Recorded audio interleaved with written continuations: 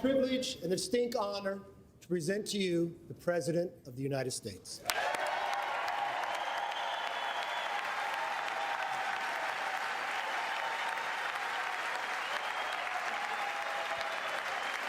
Mr. Speaker. Thank you. You can smile. It's okay. Thank you, thank you, thank you. Thank you. Please.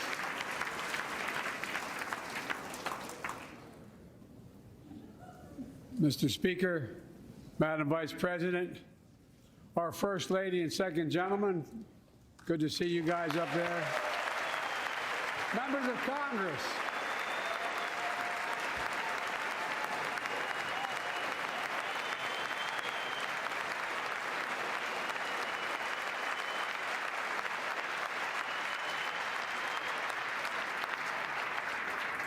By the way, Chief Justice, I may need a court order. She gets to go to the game tomorrow, next week.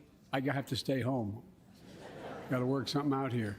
Members of the Cabinet, leaders of our military, Chief Justice, Associate Justice, and retired Justice of the Supreme Court, and to you, my fellow Americans. You know, I start tonight by congratulating the 118th Congress and the new Speaker of the House, Kevin McCarthy.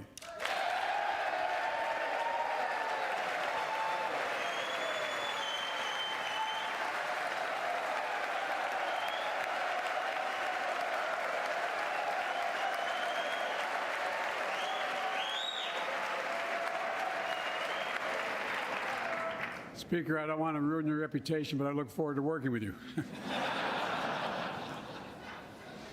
And I want to congratulate the new leader of the House Democrats, the first African-American minority leader in history, Hakeem Jeffries.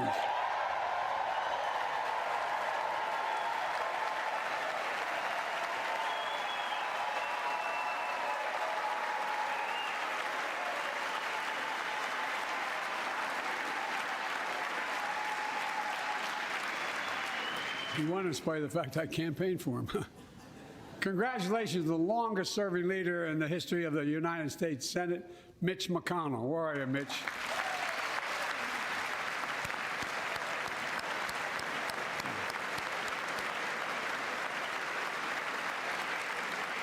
And congratulations to Chuck Schumer, another term as Senate Minority Leader. I think you. This time you have a slightly bigger majority, Mr. Leader. You're the majority leader. About that much bigger? Yeah. Well, I tell you what. I want to give special recognition to someone who I think is going to be considered the greatest speaker in the history of the House of Representatives, Nancy Pelosi.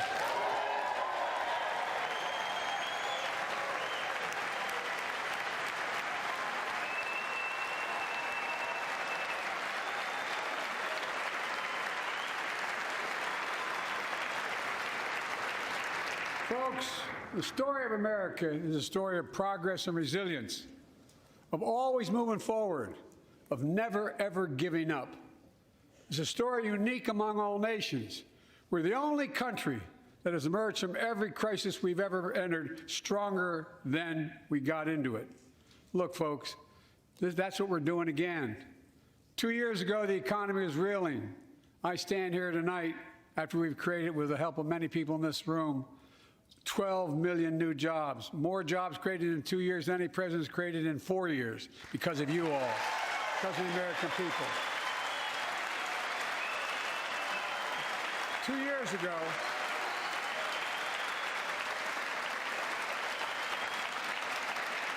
years ago, COVID had shut down, our businesses were closed, our schools were robbed of so much, and today, COVID no longer controls our lives.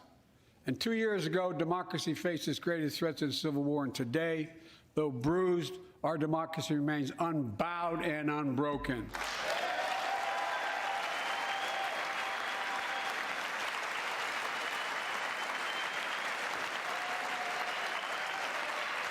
As we gather here tonight, we're writing the next chapter in the great American story, a story of progress and resilience.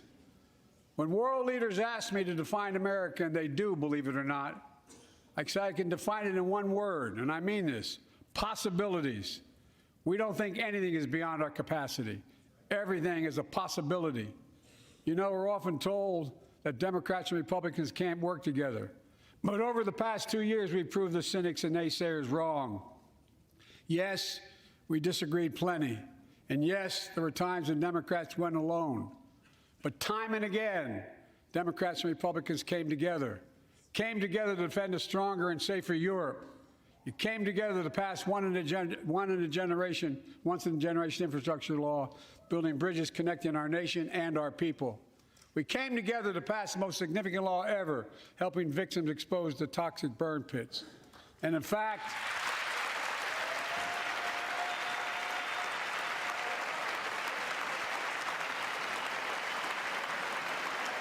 it was important.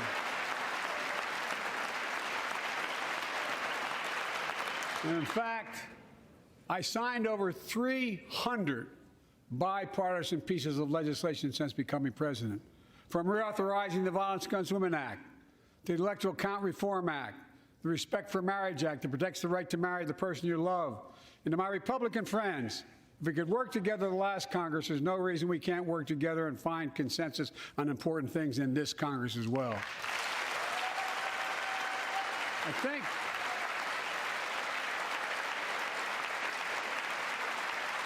folks, you all are as formed as I am, but I think the people sent us a clear message.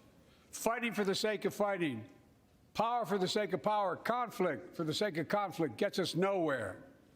That's always been my vision of our country, and I know it's many of yours. To restore the soul of this nation, to rebuild the backbone of America, America's middle class, and to unite the country. We've been sent here to finish the job, in my view.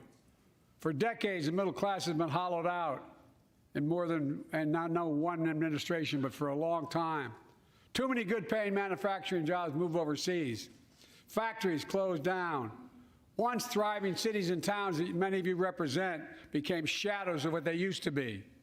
And along the way, something else we lost: pride, our sense of self-worth. I ran for president to fundamentally change things, to make sure our economy works for everyone, so we can all feel that pride in what we do. To build an economy from the bottom up and the middle out, not from the top down. Because when the middle class does well, the poor have a ladder up, and the wealthy still do very well. We all do well.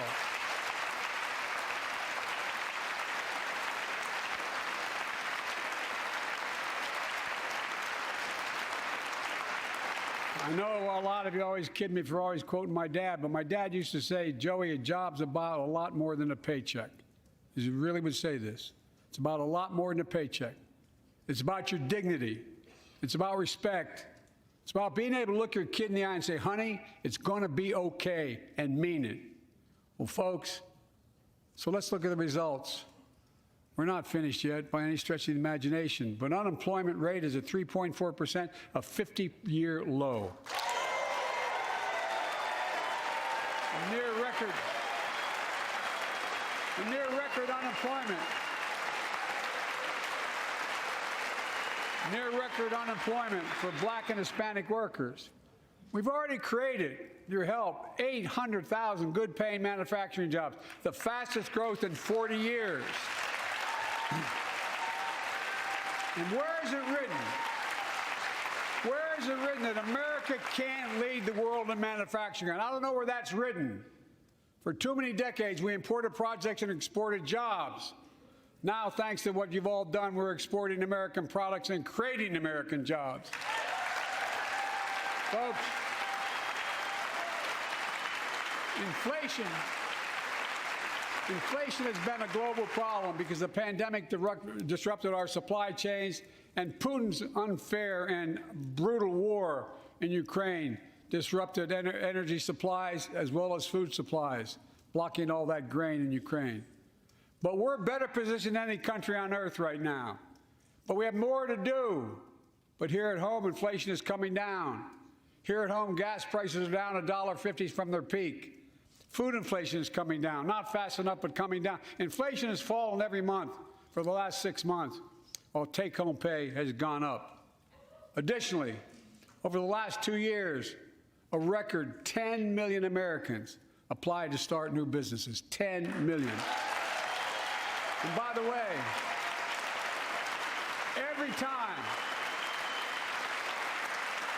every time someone starts a small business is an act of hope. And Madam Vice President, I want to thank you for leading that effort to ensure that small businesses have access to capital and the historic laws we enacted that are going to just come into being. Standing here last year, I shared with you a story of American genius and possibilities. Semiconductors, small computer chips the size of a fingerprint that power everything, from cell phones to automobiles and so much more. These chips were invented in America. Let's get that straight. They were invented in America. We used to make 40% of the world's chips. In the last several decades, we lost our edge. We're down to only producing 10%. We all saw what happened during the pandemic when chip factories shut down overseas.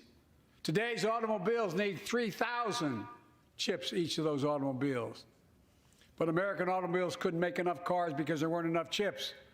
Car prices went up, people got laid off, so did everything from refrigerators to cell phones.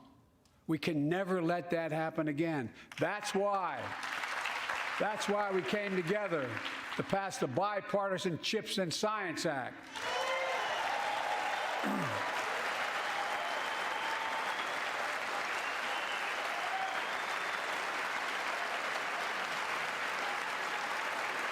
Folks, I know I've been criticized for saying this, but I'm not changing my view. We're going to make sure the supply chain for America begins in America. The supply chain begins in America. We've already created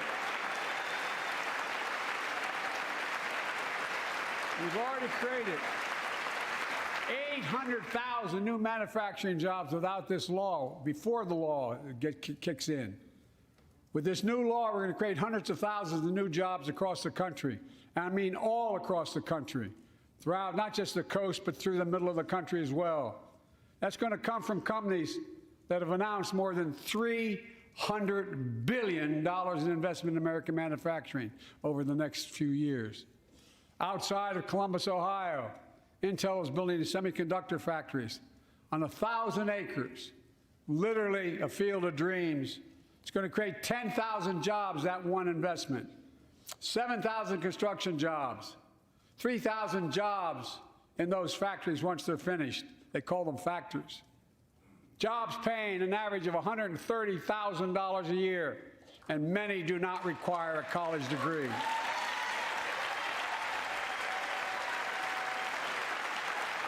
Jobs. Because we work together, these jobs where people don't have to leave home to search for opportunity. And it's just getting started. Think about the new homes, the small businesses, the medium-sized businesses, so much more that's going to be needed to support those 3,000 permanent jobs and the factories that are going to be built.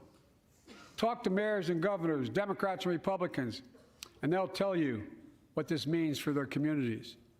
We're seeing these field of dreams transform to the heartland. But to maintain the strongest economy in the world, we need the best infrastructure in the world. And folks, as you all know, we used to be #1 in the world in infrastructure. We've sunk to 13th in the world. The United States of America, 13th in the world in infrastructure, modern infrastructure. But now we're coming back because we came together and passed the bipartisan infrastructure law, the largest investment in infrastructure since President Eisenhower's interstate highway system.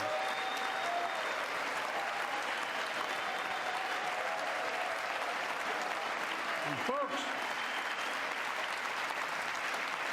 already we've funded over 20,000 projects, including major airports from Boston to Atlanta to Portland.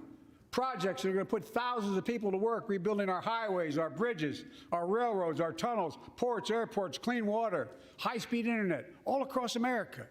Urban, rural, tribal. And folks, we're just getting started. We're just getting started. and I mean it sincerely. I want to thank my Republican friends who voted for the law, and my Republican friends who voted against it as well. But I still get asked to fund the projects in those districts as well. But don't worry. I promised I'd be a president for all Americans. We'll fund these projects, and I'll see you at the groundbreaking. Look, this law will further unite all of America. Projects like Brent Spence Bridge in Kentucky over the Ohio River, built 60 years ago, badly needed repairs, one of the nation's most congested freight routes, carrying $2 billion worth of freight every single day across the Ohio River. And folks, we've been talking about fixing it for decades, but we're really finally going to get it done. Yes. I went there last month with Democrats and Republicans, and from both states, to deliver a commitment of $1.6 billion for this project. And while I was there, I met a young woman named Sarah, who's here tonight. I don't know where Sarah is. Is she up in the box? I don't know. Sarah, how are you? Well, Sarah, for 30 years,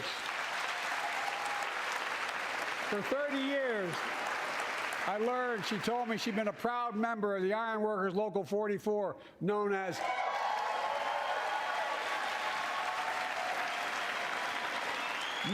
the Cowboys in the Sky. The folks who built Cincinnati's skyline. Sarah said she can't wait to be 10 stories above the Ohio River building that new bridge. God bless her. That's pride. And that's what we're also building. We're building back pride. Look, we're also replacing poisonous lead pipes that go into 10 million homes in America, 400,000 school and child care centers. So every child in America can drink the water instead of having permanent damage to their brain. Look, we're making sure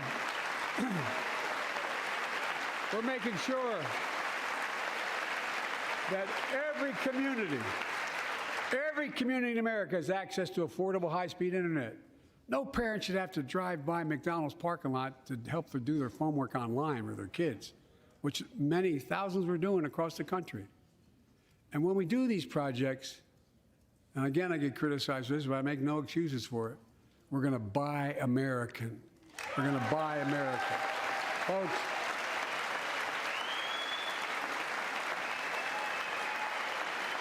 and it's totally consistent with international trade rules. Buy America has been the law since 1933, but for too long, past administrations, Democrat and Republican, have fought to get around it. Not anymore. Tonight, I'm announcing new standards that require all construction materials used in federal infrastructure projects to be made in America. Made in America. I mean it. Lumber, glass, drywall, fiber optic cable. And on my watch, American roads, bridges, and American highways are going to be made with American products as well. Folks, my economic plan is about investing in places and people that have been forgotten. So many of you listening to me tonight, I know you feel it. So many of you felt like you've just simply been forgotten.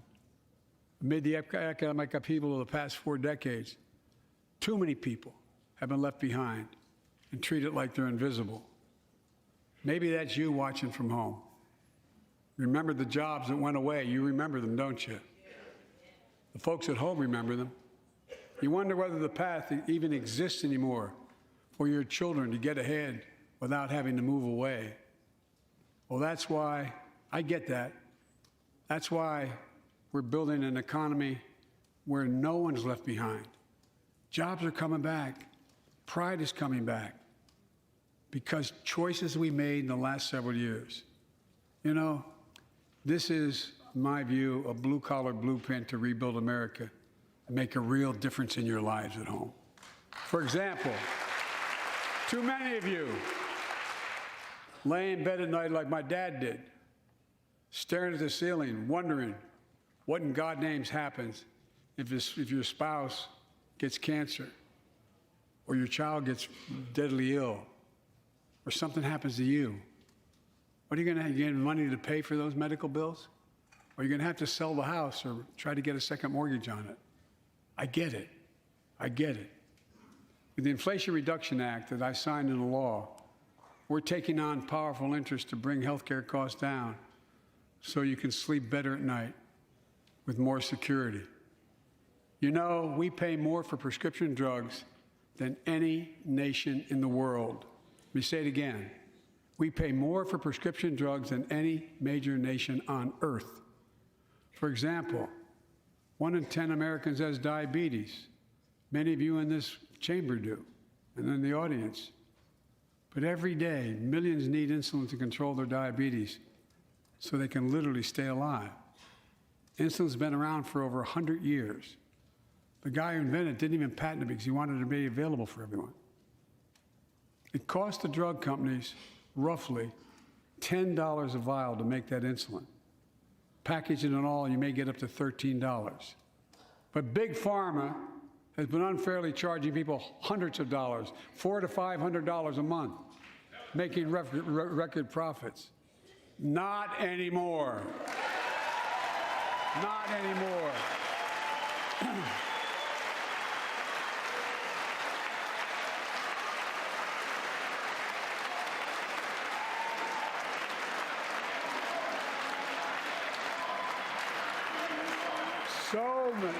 So many things that we did are only now coming to fruition. We said we were doing this, and we said we passed the law to do it, but people didn't know because the law didn't take effect until January 1 of this year. We capped the cost of insulin at $35 a month for seniors on Medicare. People are just finding out. I'm sure you're getting the same calls I'm getting. Look, there are millions of other Americans who do not or are not on Medicare, including 200,000 young people with type 1 diabetes and need this insulin to stay alive. Let's finish the job this time. Let's cap the cost of insulin for everybody at $35.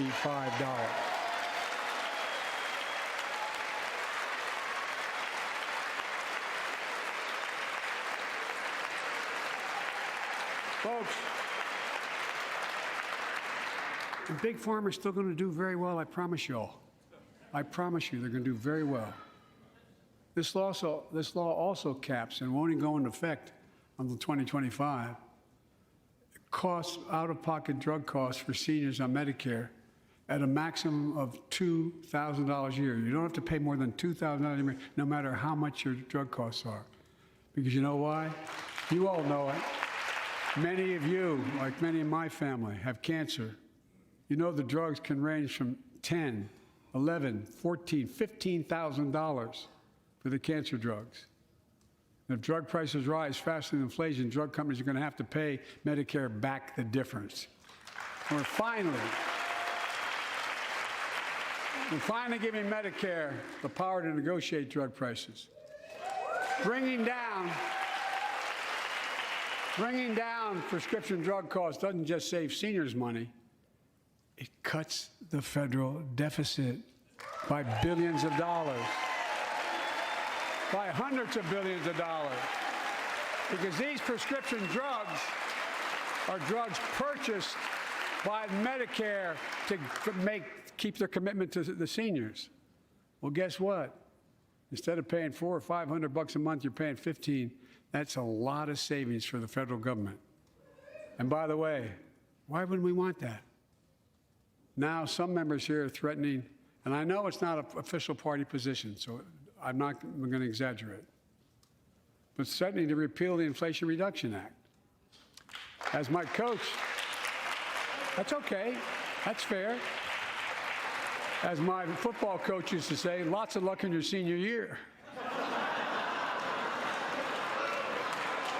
Make no mistake, if you try anything to raise the cost of prescription drugs, I will veto it.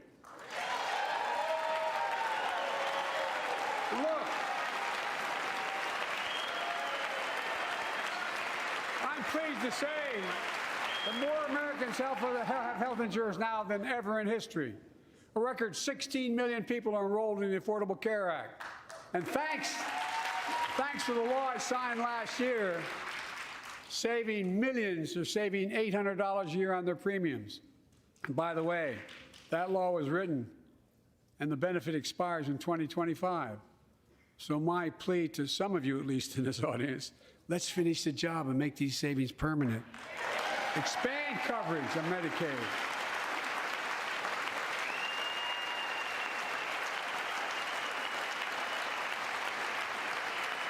Look, the Inflation Reduction Act is also the most significant investment ever in climate change.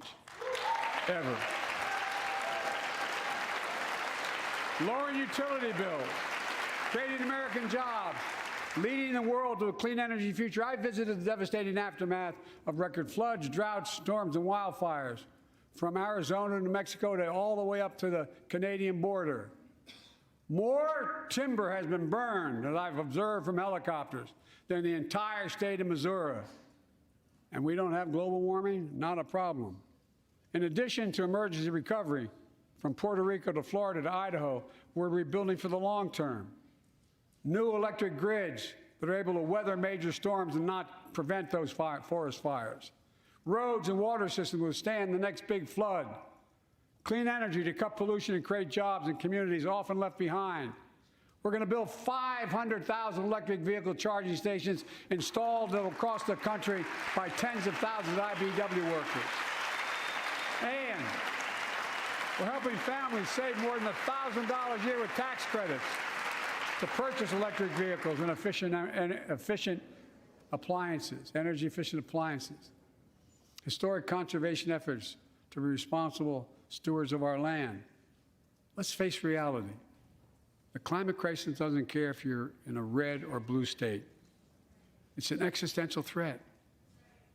We have an obligation, not to ourselves, but to our children and grandchildren, to confront it. I'm proud of how America, at last, is stepping up to the challenge. We're still going to need oil and gas for a while. But guess what? No, we do. But there's so much more to do. We got to finish the job. And we pay for these investments in our future by finally making the wealthiest and biggest corporations begin to pay their fair share. Just begin.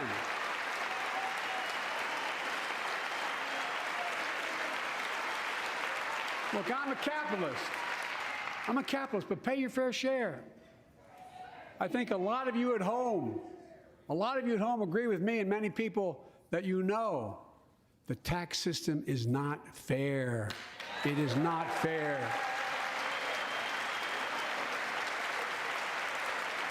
Look,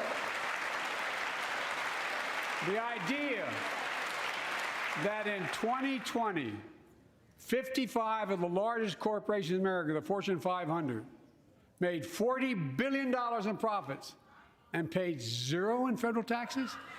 Zero? Folks, it's simply not fair. But now, because of the law I signed, billion-dollar companies have to pay a minimum of 15%. God love them. 15%. That's less than a nurse pays.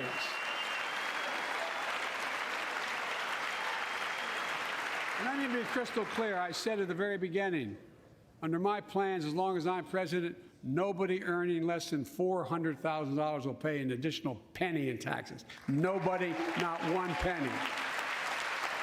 But let's finish the job. There's more to do. We have to reward work, not just wealth. Pass my proposal for the billionaire minimum tax. You know, there's 1,000 billionaires in America. It's up from about 600 in the beginning of the term. But no billionaire should be paying a lower tax rate than a school teacher or firefighter. I mean it. Think about it.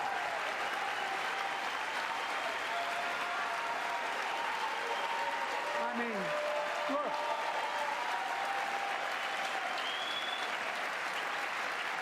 I know you aren't enthusiastic about that, but think about it. Think about it. Have you noticed Big Oil just reported its profits record profits. Last year, they made $200 billion in the midst of a global energy crisis. I think it's outrageous. Why? They invested too little of that profit to increase domestic production. And when I talk to a couple of them, they say, we're afraid you're going to shut down all the oil wells, all the oil refineries anyway, so why should we invest in them? I said, we're going to need oil for at least another decade, and that's going to exceed and beyond that. We're going to need it. Production. If they had, in fact, invested in the production to keep gas prices down, instead, they used the record profits to buy back their own stock, rewarding their CEOs and shareholders. Corporations ought to do the right thing. That's why I propose we quadruple the tax on corporate stock buybacks and encourage long-term investments. They'll still make considerable profit.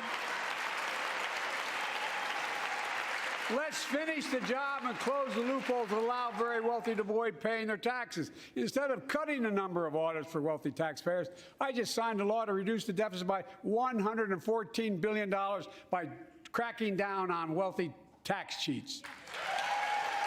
That's being fiscally responsible. In the last 2 years, my administration has cut the deficit by more than $1.7 trillion, the largest deficit reduction in American history. Under the previous administration, the American deficit went up 4 years in a row. Because those record deficits, no president added more to the national debt in any 4 years than my predecessor. Nearly 25% of the entire national debt that took over 200 years to accumulate was added by just one administration alone, the last one. They're the facts. Check it out. Check it out. How did Congress respond to that debt? They did the right thing. They lifted the debt ceiling 3 times without preconditions or crisis. They paid American bills to prevent an economic disaster to the country. So tonight I'm asking the Congress to follow suit. Let's commit here tonight to the full faith and credit of the United States of America will never, ever be questioned. Some of my Republican friends want to take the economy hostage. I get it, unless I agree to their economic plans. All of you at home should know what those plans are. Instead of making the wealthy pay their fair share, some Republicans want Medicare and Social Security to sunset. I'm not saying it's a majority. Let me give you, anybody who doubts it, contact my office. I'll give you a copy. I'll give you a copy of the proposal. That means Congress doesn't vote. Well, I'm glad to see you. No, I tell you, I enjoy conversion. You know, it means if Congress doesn't keep the programs the way they are, they'd go away. Other Republicans say, I'm not saying it's a majority of you. I don't even think it's even a significant, but it's being proposed by individuals. I'm not politely not naming them, but it's being proposed by some of you. Look, folks, the idea is that we're not going to be moved into being threatened to default on the debt if we don't respond.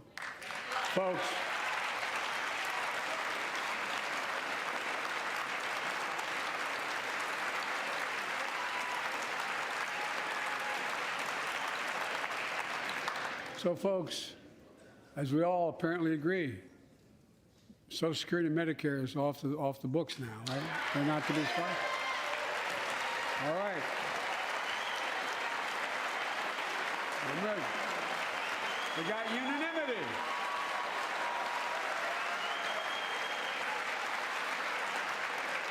Social Security and Medicare are a lifeline for millions of seniors. Americans have to pay into them from the very first paycheck they started. So tonight, let's all agree, and we apparently are. Let's stand up for seniors.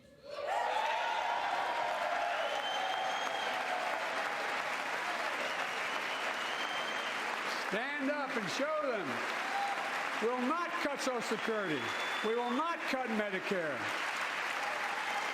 Those benefits belong to the American people. They earned it. And if anyone tries to cut Social Security, which apparently no one's going to do, and if anyone tries to cut Medicare, I'll stop them. I'll veto it. And look, I'm not going to allow them to be taken away. Not today, not tomorrow, not ever. But apparently it's not going to be a problem. Next month, when I offer my fiscal plan, I ask my Republican friends to lay down their plan as well.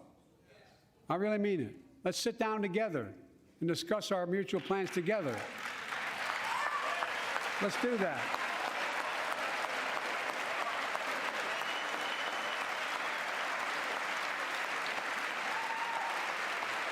I can tell you, the plan I'm going to show you is going to cut the deficit by another $2 trillion. And it won't cut a single bit of Medicare or Social Security. In fact, we're going to extend the Medicare Trust Fund at least 2 decades, because that's going to be the next argument. How do we keep it solvent, right? Well, we'll not raise tax on anyone making under 400 grand, but we'll pay for it the way we talked about tonight, by making sure that the wealthy and big corporations pay their fair share. Look. Here's the deal. They aren't just taking advantage of the tax code. They're taking advantage of you, the American consumer. Here's my message to all of you out there. I have your back. We're already preventing Americans from receiving surprise medical bills, stopping $1 billion surprise bills per month so far.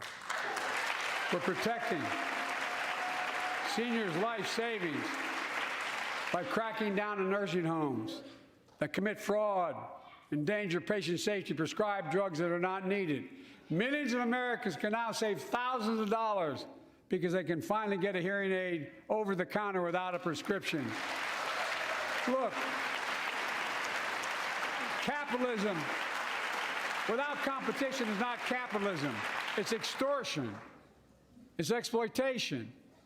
Last year, I cracked down with the help of many of you on foreign shipping companies that were making you pay higher prices for every good coming into the country. I signed a bipartisan bill that cut shipping costs by 90%, helping American farmers, businessmen, and consumers. Let's finish the job. Pass the bipartisan legislation to strengthen antitrust enforcement and prevent big online platforms from giving their own products an unfair advantage.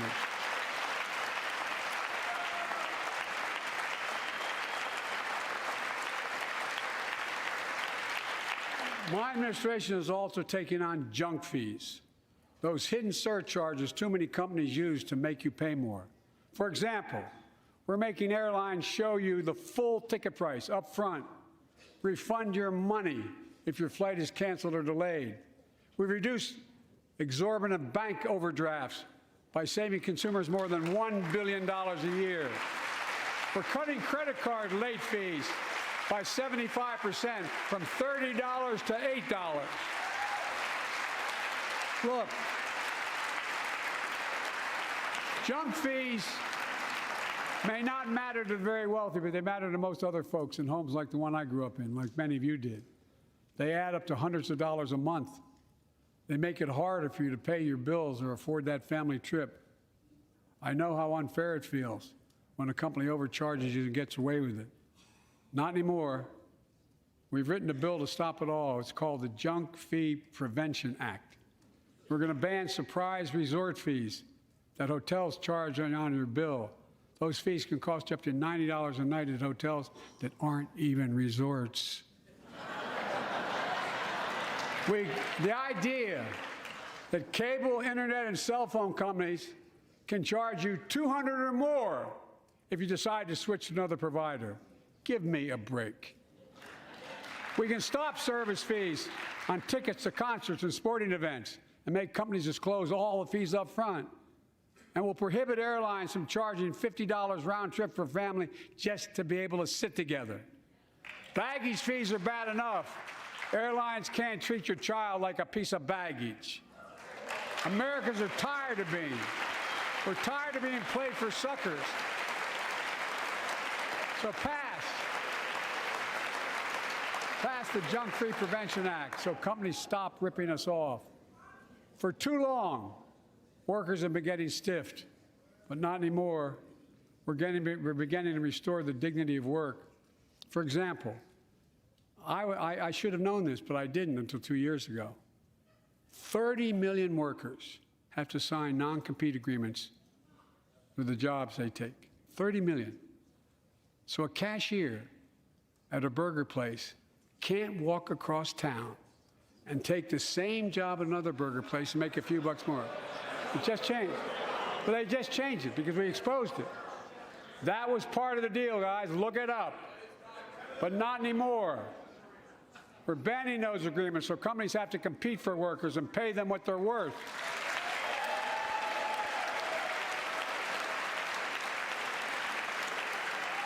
And I must tell you, this is bound to get a response from my friends on my left but the right. I'm so sick and tired of companies breaking the law by preventing workers from organizing. Pass the PRO Act, because business have a right, workers have a right to form a union. And let's guarantee all workers have a living wage. Let's make sure working parents can afford to raise a family with sick days, paid family medical leave, affordable child care. That's going to enable millions of more people to go and stay at work. And let's restore the full child tax credit, which gave tens of millions of parents some breathing room and cut child poverty in half to the lowest level in history. And by the way, when we do all these things, we increase productivity. We increase economic growth. So let's finish the job and get more families access to affordable, quality housing. Let's get seniors who want to stay in their homes the care they need to do so. Let's give more breathing room to millions of family caregivers looking after their loved ones. Pass my plan so we get seniors and people with disabilities the home care and services they need. And support the workers who are doing God's work. These plans are fully paid for, and we can afford to do them. Restoring the dignity of work means making education an affordable ticket to the middle class. You know, when we made public education, 12 years of it, universal in the last century, we made the best educated, best paid, we became the best educated, best paid nation in the world. But the rest of the world's caught up. It's caught up. Jill, my wife, who teaches full time, has an expression. I hope I get it right, kid. Any nation that out-educates us is going to out-compete us. Any nation that out-educates is going to out-compete us. Folks, we all know 12 years of education is not enough to win the economic competition of the 21st century. We want to have the best educated workforce. Let's finish the job by providing access to preschool for 3 and 4 years old.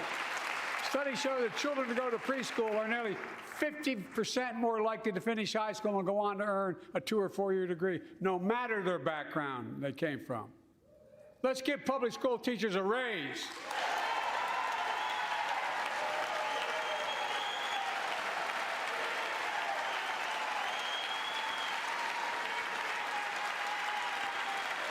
We're making progress by reducing student debt, increasing Pell Grants for working and middle-class families. Let's finish the job and connect students to career opportunities starting in high school. Provide access to 2 years of community college, the best career training in America, in addition to being a pathway to a 4-year degree. Let's offer every American a path to a good career, whether they go to college or not. And folks, in the midst of the COVID crisis, when schools were closed and we were shutting down everything, let's recognize how far we came in the fight against the pandemic itself. While the virus is not gone, thanks to the resilience of the American people and the ingenuity of medicine, we've broken the COVID grip on us. COVID deaths are down by 90%. We've saved millions of lives and opened up our country. We opened our country back up. And soon we'll end the public health emergency.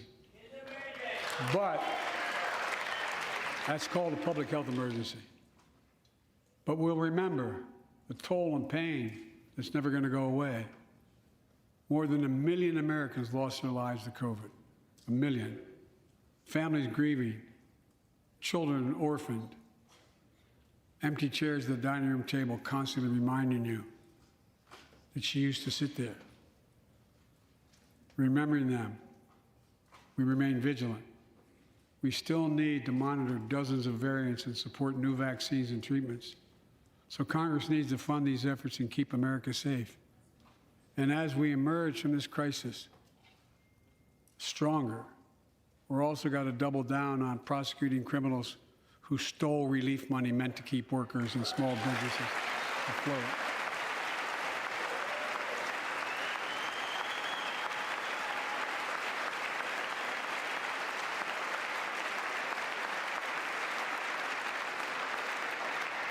Before I came to office, you remember, during that campaign, the big issue was about inspector generals who would protect taxpayers' dollars who were sidelined. They were fired. Many people said we don't need them. And fraud became rampant. Last year, I told you the watchdogs are back. Since then, we've recovered billions of taxpayers' dollars. Now let's triple the anti-fraud strike force going after these criminals, double the statute of limitations on these crimes, and crack down on identity fraud by criminal syndicates stealing billions of dollars from the American people. And the data shows that for every dollar we put into fighting fraud, the taxpayers get back at least 10 times as much. It matters. It matters. Look, COVID left its scars, like the spike in violent crime in 2020, the first year of the pandemic. We have an obligation to make sure all people are safe. Public safety depends on public trust, as all of us know. But too often that trust is violated. Joining us tonight are the parents of Tyree Nichols. Welcome.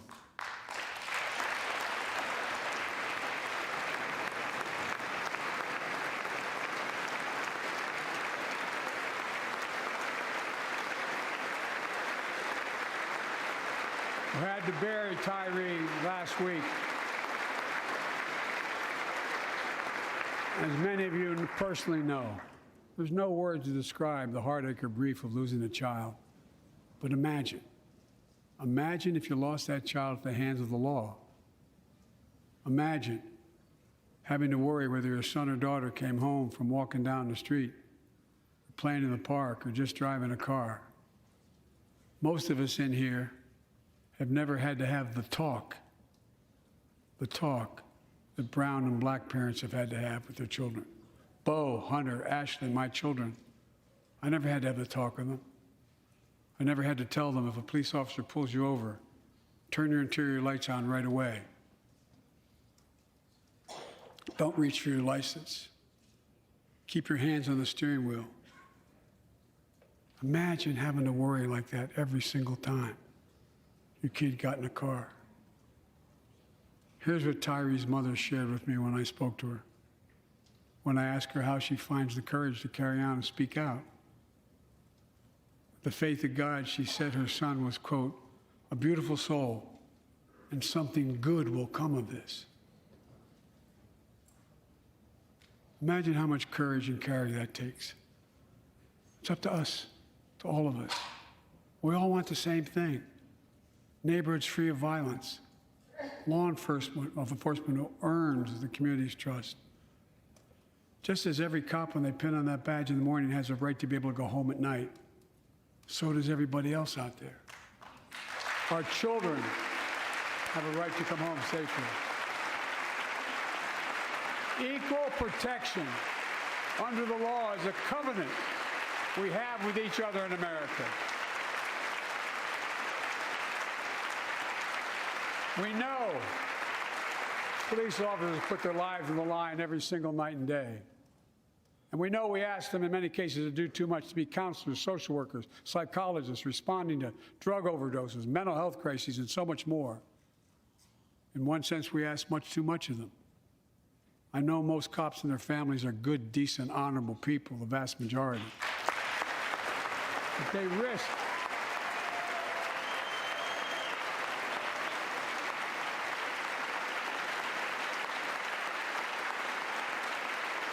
risk their lives every time they put that shield on.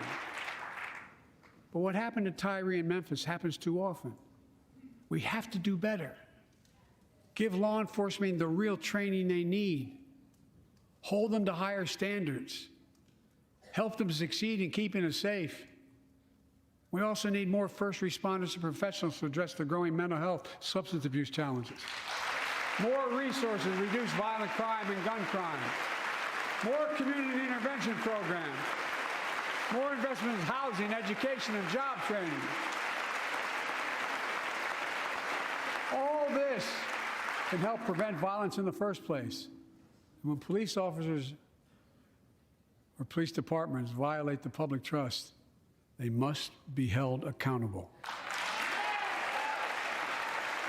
With the support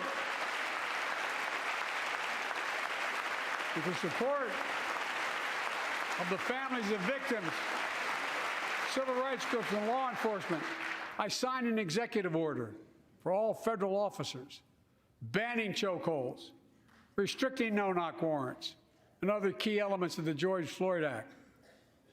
Let's commit ourselves to make the words of Tyler's mom true. Something good must come from this. Something good. And all of us,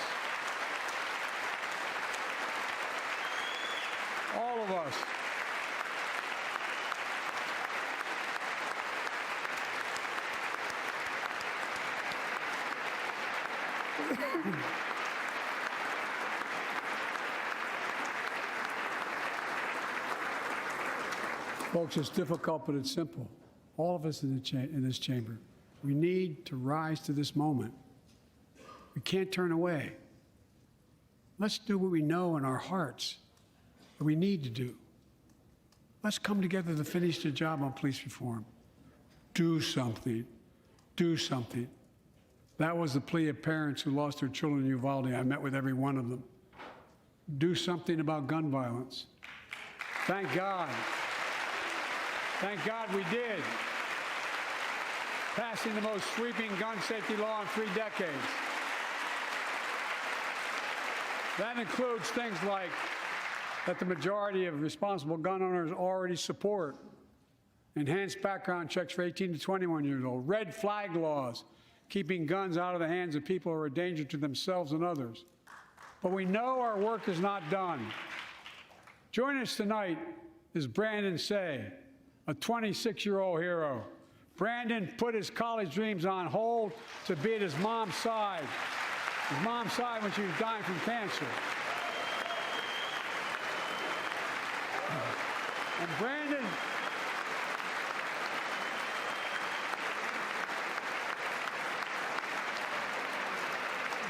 now works at the dance studio started by his grandparents. And 2 weeks ago, during the Lunar New Year celebrations, he heard the studio door close, and he saw a man standing there pointing a semi-automatic pistol at him. He thought he was going to die, but he thought about the people inside. And in that instant, he found the courage to act and wrestled a semi-automatic pistol away from the gunman who had already killed 11 people in another dance studio. 11. He saved lives. It's time we do the same. Ban assault weapons now. Ban them now. Once and for all.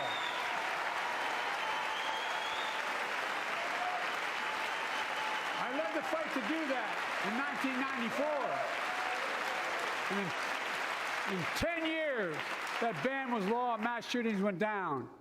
After we let it expire in the Republican administration, mass shootings tripled.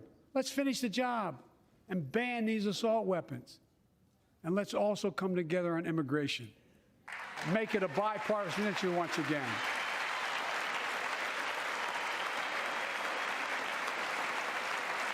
We know we now have a record number of personnel working to secure the border, arresting 8,000 human smugglers, seizing over 23,000 pounds of fentanyl in just the last several months. We've launched a new border plan last month. Unlawful migration from Cuba, Haiti, Nicaragua, and Venezuela has come down 97% as a consequence of that. But American border problems won't be fixed until Congress acts. If we don't pass my comprehensive immigration reform, at least pass my plan to provide the equipment and officers to secure the border.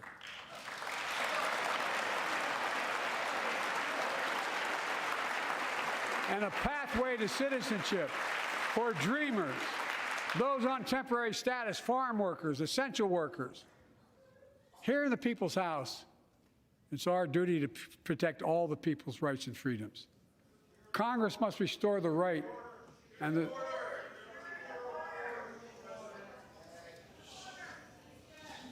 Congress must restore the right that was taken away in Roe v. Wade and protect Roe v. Wade.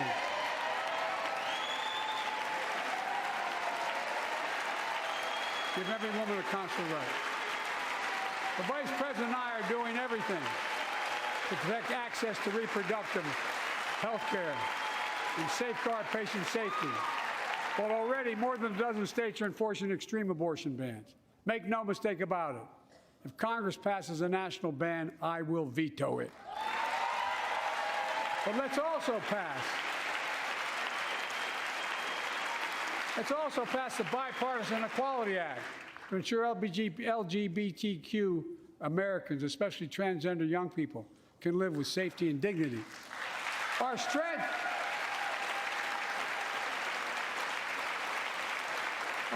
is not just the example of our power, but the power of our example. Let's remember the world's watching. I spoke in this chamber 1 year ago, just days after Vladimir Putin unleashed his brutal attack against Ukraine. A murderous assault, evoking images of death and destruction Europe suffered in World War II. Putin's invasion has been a test for the ages, a test for America, a test for the world. Would we stand for the most basic of principles? Would we stand for sovereignty? Would we stand for the right of people to live free of tyranny? Would we stand for the defense of democracy? For such defense matters to us because it keeps peace and prevents open season on would-be aggressors and threatens our prosperity. 1 year later, we know the answer. Yes, we would, and we did. We did. And together, we did what America always does at our best. We led. We united NATO. We built a global coalition. We stood against Putin's aggression. We stood with the Ukrainian people. Tonight, we're once again joined by Ukraine's ambassador to the United States. She represents not just her nation, but the courage of her people. Our ambassador is here, we're united in our support of your country. Will you stand so we can all take a look at you? Thank you.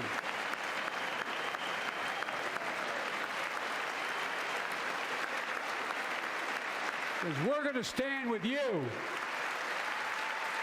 as long as it takes.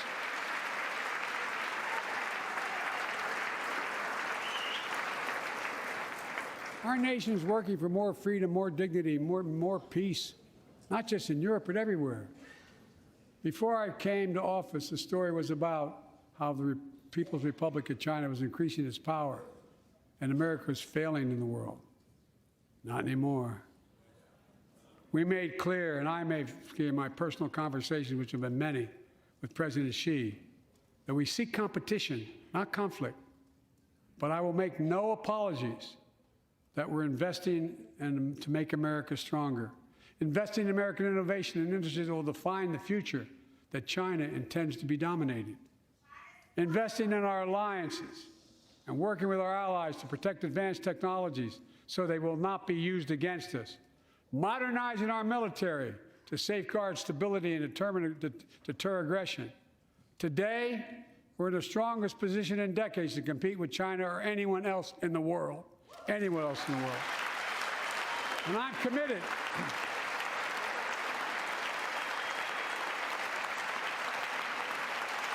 I'm committed to work with China where we can advance American interests and benefit the world. But make no mistake about it. As we made clear last week, if China threatens our sovereignty, We will act to protect our country, and we did.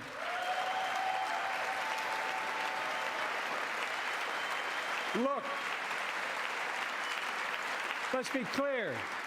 Winning the competition should unite all of us. We face serious challenges across the world. But in the past 2 years, democracies have become stronger, not weaker. Autocracies have grown weaker, not stronger. Name me a world leader who changed places with Xi Jinping. Name me one. Name me one. America's rallying the world to meet those challenges, from climate to global health, to food insecurity, to terrorism, to territorial aggression.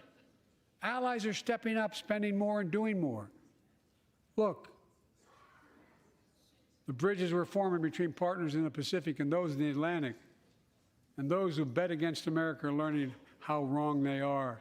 It's never, ever been a good bet to bet against America. Never.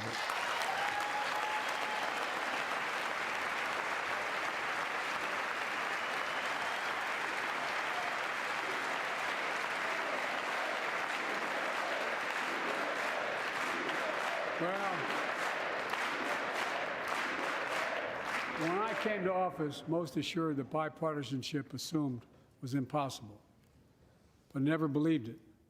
That's why a year ago I offered a unity agenda to the nation as I stood here. We made real progress together. We passed a law making it easy for doctors to prescribe effective treatments for opioid addiction. We passed the gun safety law, making historic investments in mental health. We launched the ARPA-H drive for breakthrough in the fights against cancer, Alzheimer's, and diabetes, and so much more. We passed the Heath Robinson PACT Act, named after the late Iraq War veteran whose story about exposure to toxic burn kits I shared here last year.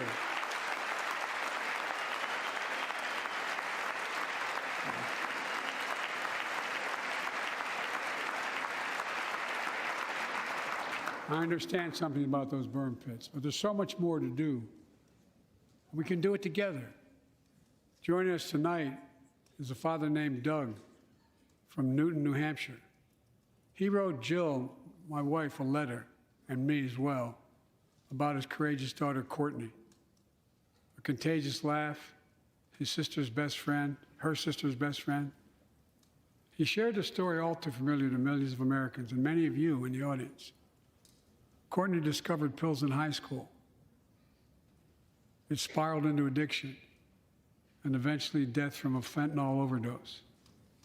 She was just 20 years old. Describing the last 8 years without her, Doug said, "There's no worse pain."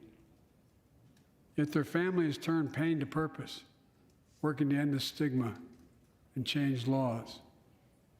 He told us he wants to start a journey toward American recovery. Doug, we're with you. Fentanyl is killing more than 70,000 Americans a year.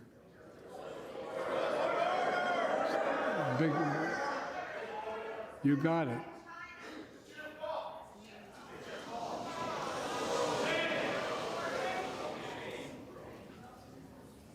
So let's launch a major surge to stop fentanyl production and the sale and trafficking, with more drug detection machines, inspection cargo, stop pills and powder at the border.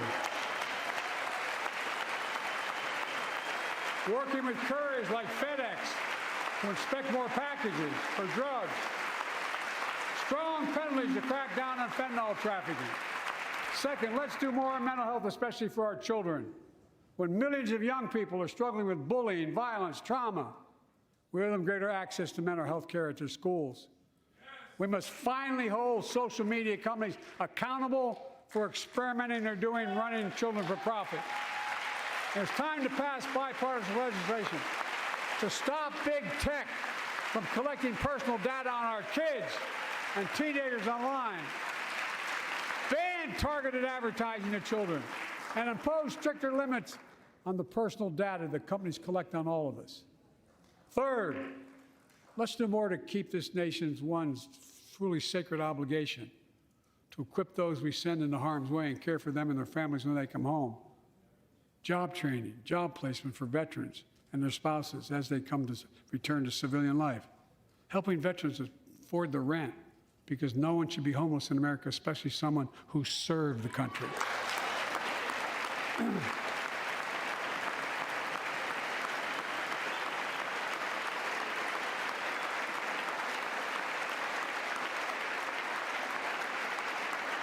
Dennis McDonough is here, of the VA. We had a first real discussion when I asked him to take the job. I'm glad he did. We were losing up to 25 veterans a day on suicide. Now we're losing 17 a day to the silent scourge of suicide. 17 veterans a day are committing suicide. More than all the people being killed in the wars. Folks, VA is doing everything it can, including expanding mental health screening, proven programs that recruits veterans to help other veterans understand what they're going through, get them the help they need. We got to do more. And fourth, last year, Jill and I reignited the cancer moonshot that I was able to start with President Obama asked me to lead our administration on this issue. Our goal is to cut the cancer death rates at least by 50% in the next 25 years. Turn more cancers from death sentences to treatable diseases. Provide more support for patients and their families. It's personal to so many of us in this audience.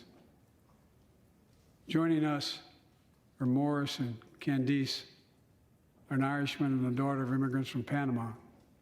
They met and fell in love in New York City and got married in the same chapel Jill and I got married in New York City. Kindred spirits. He wrote us a letter about his little daughter, Ava, and I saw her just before I came over. She was just a year old when she was diagnosed with rare kidney disease, cancer. After 26 blood transfusions, 11 rounds of radiation, 8 rounds of chemo, 1 kidney removed, giving a 5% survival rate. He wrote how in the darkest moments he thought, if she goes, I can't stay. Many of you have been through that as well. Jill and I understand that like so many of you. And he read Jill's book describing our family's cancer journey and how we tried to steal moments of joy where we could with Bo. For them, that glimmer of joy was the half smile of their baby girl. It meant everything to them.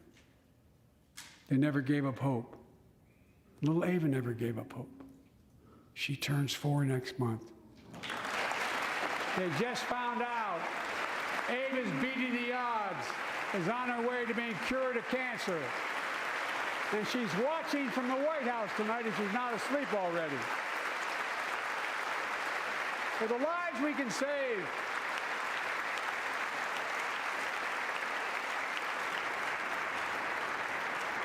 For the lives we can save and the lives we've lost, let this be a truly American moment that rallies the country and the world together and proves that we can still do big things.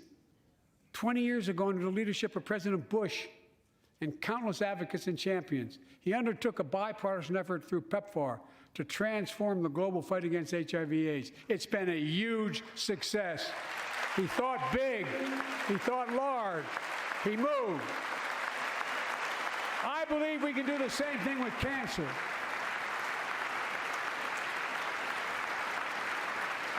Let's end cancer as we know it. Cure some cancers once and for all. Folks, there's one reason why we've been able to do all of these things. Our democracy itself. It's the most fundamental thing of all. With democracy, everything's possible. Without it, nothing is. For the last few years, our democracy has been threatened and attacked, put at risk, put to the test in this very room on January the 6th. And then just a few months ago, an unhinged big lie, assailant unleashed a political violence, the home of the then Speaker of the House of Representatives, using the very same language the insurrectionists used as they stalked these halls and chanted on January 6th.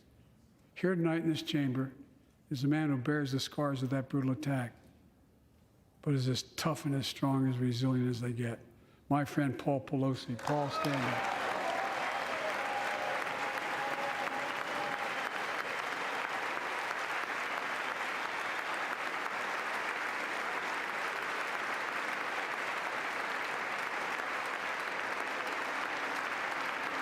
that such a heinous act should have never happened.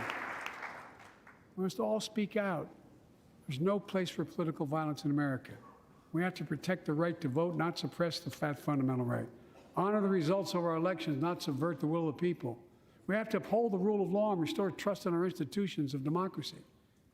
And we must give hate and extremism in any form no safe harbor.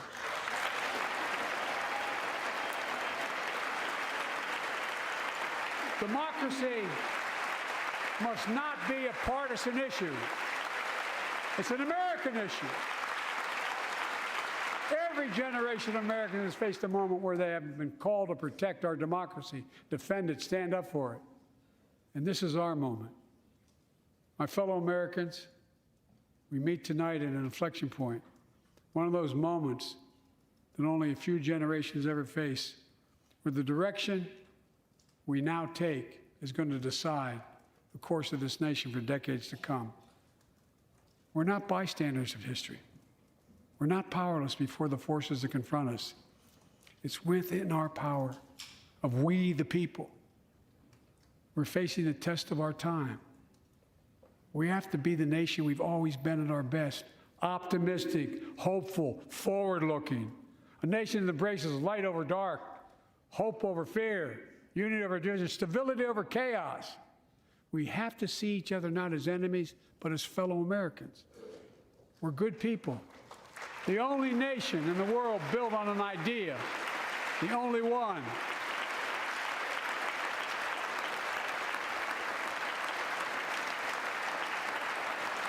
Other nations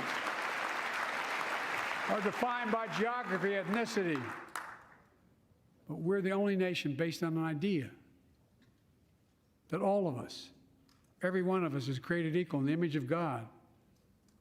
A nation that stands as a beacon of the world. A nation in a new age of possibilities. So I've come to fulfill my constitutional obligation to report in the State of the Union. And here's my report. Because the soul of this nation is strong, because the backbone of this nation is strong, because the people of this nation are strong, the State of the Union is strong.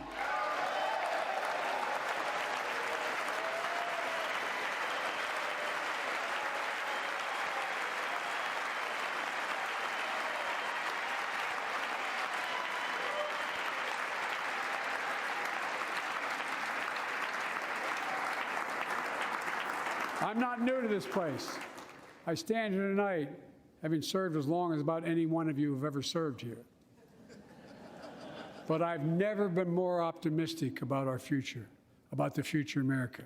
We just have to remember who we are. We're the United States of America, and there's nothing beyond our capacity if we do it together. God bless you all, and may God protect our troops. Thank you.